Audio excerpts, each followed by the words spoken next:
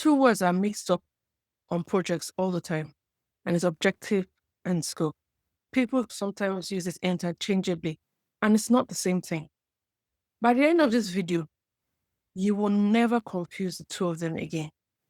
And more importantly, you'll be able to spot when people are digressing into one or the other when they should be on either objective or scope. But let me explain to you why it's really important and what it looks like when it goes wrong. Imagine a setup on how to get to that objective, right? But if you're not clear on the scope, what is in, what is out, what are the parameters that we're going to stay within to help us reach that goal, again, people will go in their own different directions and you won't get the best results from your project that way either. So you see, in both scenarios, it's a fail, but for different reasons. So let's make sure that it doesn't happen on any project that you work on. Hi, my name is Ola. I've spent over 15 years in the project management industry. I've learned a few lessons along the way, and here I am sharing those lessons with you so that you don't make the same mistakes I made. Come on, let's get into this video. Now, if you happen to like what we're sharing today, please leave a comment, subscribe, hit the like button so that more people will see our video. Thank you. Let's do this. The aim is to get 1,000 subscribers watching and learning, and we build a community of where we share our triumphs, our near misses, so that we all grow together. If that's the kind of thing you'd like, stay with us on this channel and let's do this together. Okay, so when you're starting a project, the first thing you need to be clear on is what is the objective. The objective is the outcome you want. It is the why. It is what success looks like when the project is done. That is the objective. So here's a test. You should be able to say it in one clean sentence. You want to cut customer wait time in half by December, or you want to move the team into a new building by spring. Get the new checkout live before sales. One sentence, one result. So if you cannot say the objective in one sentence, that is not a small thing. It means the finish line is fuzzy. And a fuzzy finish line means the project can drift if it is not rescued. So that is the first job. Nail the sentence and make sure everybody is clear on what that one sentence is, what that one objective is. Now, let's talk about the scope. If the objective is the why, the scope is the what, right?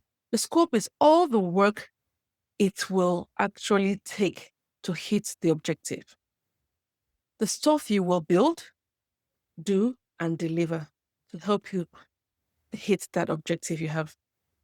One thing that project management professionals forget a lot when it comes to scope is it's not just about the things that are in scope, but it's also about the things that are out of scope. Say you're moving a team into a new building, for instance.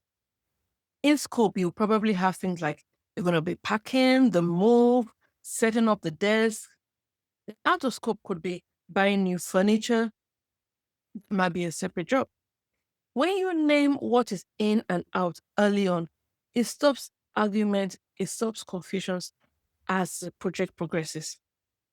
Does that mean nothing changes? Of course not. Sometimes things change, but that's a different conversation. And you deal with the changes in a different way. But this clarity at the beginning of the project is critical. So your scope is two lists, what is in and what is out. Simple. It saves you time every time. So the scope helps you produce the output that you want. But be careful here.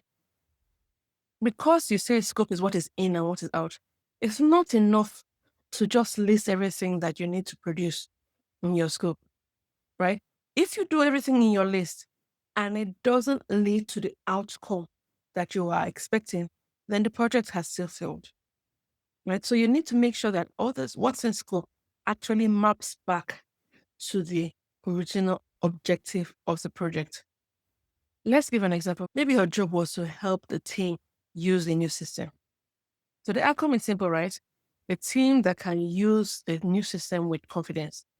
So you've set the scope, and the scope of work was to write a how-to guide, and you do it. All the sessions were delivered. The guide was written. Every output ticked. But 2 weeks later, people are still confused. So you produced all the outputs, but still the outcome was missed. Why? The output is what you need, what you deliver, and the outcome is what changes because you delivered it. So if it hasn't changed, if after creating all those documents you haven't actually changed anything, then it hasn't delivered its results. So basically, here's what it is. Every time you have a list of for your deliverables, they need to tie directly back to the outcome you want. And when you're listing what the objective is, remember, you need to clearly state what done looks like. Here's another reason why being clear on your scope is so important. It's what we call scope creep. Scope creep is when someone begins to add items or activities or deliverables into your scope that has already been agreed. So if you're not clear on what is in and what is out, people can keep on adding into your scope. And guess what happens when people start adding into your scope?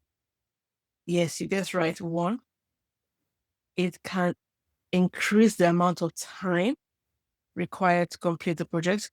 It could increase the cost of delivering the project.